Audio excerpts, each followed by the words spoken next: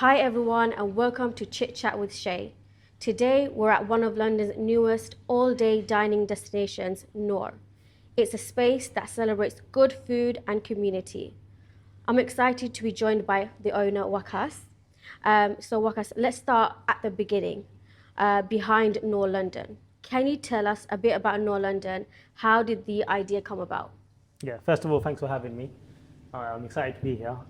So Nour it's obviously new, like you said, it's an all-day cafe. So we've been in food for a long time. It's not something that we just kind of ventured into. We've been in hospitality industry kind of between us, a combination of over 30 years. So we've got a combination of kind of fast foods, we've got other restaurants, and it's a family-owned business, it's family-run. So we've been talking for a long time about kind of how do we create something new, unique, healthy. That's the thing. So like you have a lot of kind of cafes, they're all great, but we wanted something to introduce something new, something that's aesthetically pleasing, as well as food being good, and as well as kind of having something unique everywhere. So Tippy, as well, our chefs, we've known him for a long time. So we kind of teamed up together to create something unique. So we have kind of smoked meat on the menu, and we've been talking like we've gone through a whole year of testing different ideas, different menus, and what we could do. So we finally created something kind of a modern twist on British cuisine, and that's how kind of Nour came about as well. That's what we wanted to be, a cafe known for that healthy living as well as kind of enjoying your food as well. So you walk into a place that looks great, the food looks great as well, and as well as the kind of the food being tastes good, because you go to a lot of places and the food kind of basically, it looks great, you take a picture but it doesn't taste good. So we wanted a kind of end to end everything to be great, and I think we've achieved that as well, from kind of the food bloggers coming out to us and getting the customer feedback and the reviews and the Google reviews as well. Brilliant. And the name Nour, how did that come about? Because that's definitely a unique name. I've not heard this one before as a food place. So how did that come about? Yeah, great. So obviously everyone knows what Nour means as well, like light, right? Of course. That's what it is. So it's quite interesting as well, because we were thinking about names for a long time as well. What do we kind of name, this luxury cafe? So while we were testing loads of menus, again, we went through a lot of kind of food testing as well. We were like, oh no, it needs to be more nourishing. It needs to be more kind of, more nutrients, let's say. So it kept coming out, but we didn't really notice until one day we were like, oh, Nour. Kind of embedded in itself. It kind of embedded itself. We're like, oh, it needs to be more nourishing. And yeah, like I said, like it needs to coming out, and then we were just like, oh, actually, Nour. Or we were saying, oh, it needs to be a bit more lighter, Yeah. People need to not feel so heavy. So all of these natural things kind of came out. Like light food, lightness, happiness, correct, all of that kind of. And that's what we kind of created here as well. It's light place, it's calm luxury, and that's how it kind of came about. Okay. And when you imagine this place, and you always talked about obviously light food, the name Light Nour is very aesthetically pleasing, like you mentioned. And what kind of place did you want to create for people though? Like, when the people come in, how did you want them to feel about the place? Yeah, so when you come in, so we wanted to create a kind of independent cafe in every kind of neighborhood. So this is the first one, and it's the go-to place. We want to make it the go-to place. That it has great drinks, it has great food, it has great vibes, great environment. That you can come, with group of friends, with families, business meetings. And that's what we kind of wanted to create. It's a go-to place for everyone and everything. And I think we have definitely created that. Okay, brilliant. And so if you compare yourself to other cafes in your area, what would make you different? What would you do differently compared to the other ones, apart from being aesthetically pleasing? Is there a community vibe to it that you want to add on to it? Definitely, I think there's a community vibe. So I think we've engaged a lot of people in Walthamstow, and they've come, and we've got so many regulars. We haven't been open that long as well, and we see all the similar faces, familiar faces that come in, and I'm thankful for everyone's support that they're giving us, and they're enjoying it. And our menu, it's not very big, but again, it's not small at the same time as well. So there's enough to keep coming back and trying different things and enjoy it. Saying that as well, a lot of people come and order the same things because they enjoy it. And we have rotating menus, so we have different seasonal drinks, we have different kind of food items coming out. So yeah, we definitely have that community built, but we've got that kind of international edge as well, that a national edge, because we have people from all over the country coming as well. That's brilliant. The last few weeks, so we've had people like last week we had a hen party. They came from Northampton. There you go. That's what I'm talking about. That's what I think a lot of our community needs, is a destination for them to go comfortably and do certain events. Small events, doesn't need to be a big thing, and have a aesthetically pleasing, good menu, and a welcoming environment. I Yeah. think that's something you're providing, which is amazing. Yeah, perfect. And saying that as well, like you said, because we want it to be the first of many, and I think again we have, and we know what we created. We know what we're the first of many, and it's nice to see it's appreciated when different people come and say, and everyone notices different things. So someone will come and be like, oh wow, I've never seen a cafe like this. Someone else will be like, oh my God, you're the first to do smoked meat with breakfast. Some people come and say, oh my God, the drinks, it's amazing because I've never had drinks like this. And I know it sounds a bit bizarre, but a lot of people going to walk into the toilets and be like, oh my God, I've never seen a toilet like this, with the hanging taps. A lot of Japanese people, you seats. would be surprised, that judge a place based on the toilets. Yeah. Now, you're open throughout the day. So from breakfast, I believe you start, right? And then you go into like an evening, but not late night. Correct. So it's like from, what time do you open? So at the moment, we're 8 a.m. to 6 p.m. 8 a.m. to 6 a.m. So how does that change? Like, does your menu change, or do you have all day breakfast? Or do you have like set menus for throughout the days? So in a couple of weeks, we will be kind of opening to later as well, and then probably late night. But the idea is to keep the menu all day.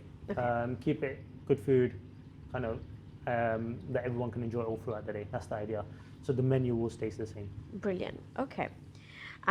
So right now, what are some of your most popular drinks or daytime favorites? Yeah. So drinks wise, I've had the whole menu. Like I've had everything. But everything is great. I wouldn't actually say that. I'm just going by what customers kind of said. The hazelnut latte right now, that's our seasonal item. I mean, that's been a super big success. That's going to end soon, but then we can move into our Christmas. Okay. But I think our seasonal things definitely is worth a try. There's a lot of thought process that goes behind those drinks and a lot of testing that goes behind it as well. Yeah, but my favorite otherwise is kind of the Spanish latte is very nice. The white mocha chocolate is very nice. Those are kind of my favorites. Do you do just coffee-based drinks, or do you do any other drinks as well? Then we have all type of teas and drinks as well. So we've got Moroccan mint, we've got English breakfast, and then we do have the kind of the herbal teas that everyone likes: the karak chai, the cardamom tea, the turmeric latte. So again, like it's all about healthy wellness to us. That's why we introduced turmeric latte as well, and that's been quite popular with like an older crowd. Okay, brilliant. And how would you describe your menu in terms of style and concept? So now let's just focusing on the food right now. Yeah. So I know you do breakfast, and I know you do dining food as well. So what kind of food do you do, and what's the idea behind it? What is inspired by a cuisine? Yeah. So again, as I said to you earlier as well, so for us it needs to look good, smell good, and taste great. It's not you go to some places, great, it's Instagram, but food doesn't taste good, and then they don't come back. We want people to come back. That was number one. That's the key factor. It needs to look good and taste good. And then along with that, on level was that how do we get it? How do we nourish every plate? Like we said, how do we get that wellness and healthy balance? That's all kind of on par that we wanted to create. And from there, we kind of said, okay, now let's add a twist, kind of that Mediterranean Arabic little bit twist into it. Okay. Because Soul Essence was, as I said, is a modern twist on British kind of cuisine. Yeah. And that's how we kind of came about. Did you work with a certain team? Because I think you mentioned you worked with a special chef. Correct, yeah. What's his name? And just tell us a little bit about him. Tyrese Tudor, he's very good in what he does. He's specialist in kind of Texas-style barbecue. As I said, we've known him for a long, long time, and we wanted to do something together for a long time. But something unique like Nour, and kind of he's created the whole menu. It's great, and he was as well at that time. You know what? It's kind of something different from me, so I'm kind of excited to do this. And everything he made was great. Don't get me wrong, brilliant. we went through a lot of food items. Everything was great, but it's about kind of homing down on what we thought was right for Nour. Yeah. And I think we've kind of nailed that as well. There will be more additions coming as well. Inshallah. It's still kind of a new kind of menu. But yeah, and he's still testing new stuff out.